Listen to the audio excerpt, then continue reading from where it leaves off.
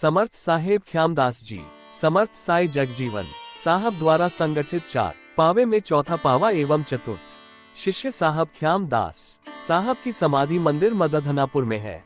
ये स्थल साहब ख्यामदास की तपोभूमि है। साहब ख्यामदास के विषय में कुल इतना ही ज्ञात है कि आप कन्नौज जिला के रहने वाले थे और आप कान्यकुब्ज ब्राह्मण थे। सतनाम साहित्य एवं जनश्रुतियों के आधार पर यह विदित हुआ है कि आपके पिता के आपसे पहले कोई संतान नहीं थी। आपके माता पिता अपने दैनिक जीवन का पालन करते हुए प्रभु के सुमिरन भजन में सदैव लीन रहते थे।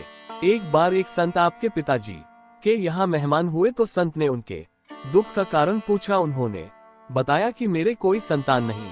तब उत्तर में संत ने कहा, आपको संतान अवश्य होगी, किंतु पहला पुत्र मुझे देना पड़ेगा। ये कहकर वह चले गए। 5 साल बाद वह संत पुनः आए तो आपके माता पिता से कहा कि आपके और भी संतानें हो चुकी हैं, अब इस बालक को मुझे दे दीजिए। इस बात का आपके माता पिता पर गहरा संताप लगा, किंतु पूर्व में वचन दे दिए जाने के कारण उन्होंने बालक को संत को सौंप दिया।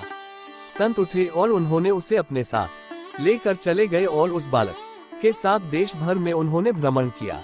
उन्होंने बाल्यकाल से ही बालक ख्यामदास को योग के गूढ़ रहस्यों की शिक्षा एवं दीक्षा देते हुए कठोर योग एवं तप साधना के लिए मार्ग दिखाया। कुछ समय पश्चात वह भ्रमण करते हुए मदनापुर, हर्षकरी, बाराबंकी पहुँचे और ख्यामदास जो उस समय बाल्यकाल में थे उन्हें छोड़कर वह संत विलुप्त हो गए। साहब ख्यामदास जी ने कठोर तप एवं योग साधना की, यहाँ तक कि उन्होंने लगभग 13 साल तक अन्न तथा अन्य खाद्य सामग्री भी त्याग दिया। केवल नीम की पत्ती खाकर साधना में लीन रहे। कठोर तपस्या तथा अन्न परित्याग के कारण आपका शरीर बहुत ही जर्जर हो गया था। शरीर पर लेश मात्र मांस के अतिरिक्त कुछ न बचा रह गया था। अधिक कठोर तपस्या करने के बाद ही आपको आत्म शांति नहीं मिली। एक दिन समर्थ साई जगजीवन साहब के बारे में आपको ज्ञात हुआ तो सरदाहा में जाकर साई जगजीवन साहब का दर्शन किया और अपनी योग तपस्या के बारे में बताया। फिर यह भी कहा कि इतना कुछ कर लेने के बाद भी मुझे आत्मा शांति नहीं मिली है।